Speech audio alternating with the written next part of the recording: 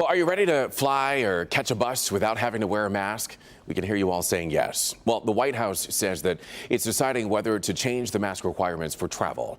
It also says the Center for Disease Control and Prevention will release a framework for the decision this week. But here are some of the factors that might be at play.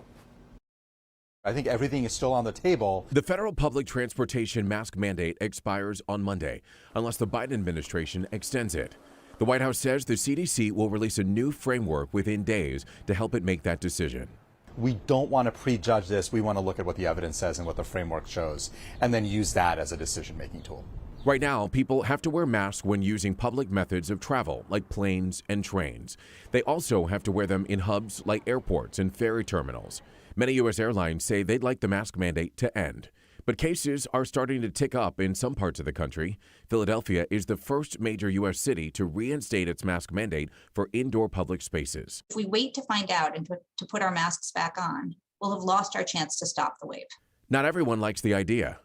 And I'm not a supporter of these mandates. What I'm a supporter of is educating and empowering the public so that they can make responsible decisions. But I think those kinds of mandates are counterproductive, particularly at this time. Of course, when it comes to traveling safely, location matters. The CDC says a trip to most countries in Europe would be very high risk right now. Even countries it classifies as low risk might have complications on the ground.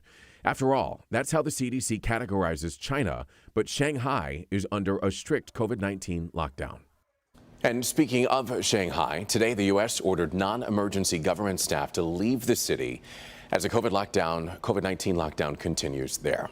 All right, still to come here on Local 4 News at noon, it is going to be a terrific Tuesday, and we certainly like the sound of that. But Brandon is tracking a little bit of trouble on the horizon.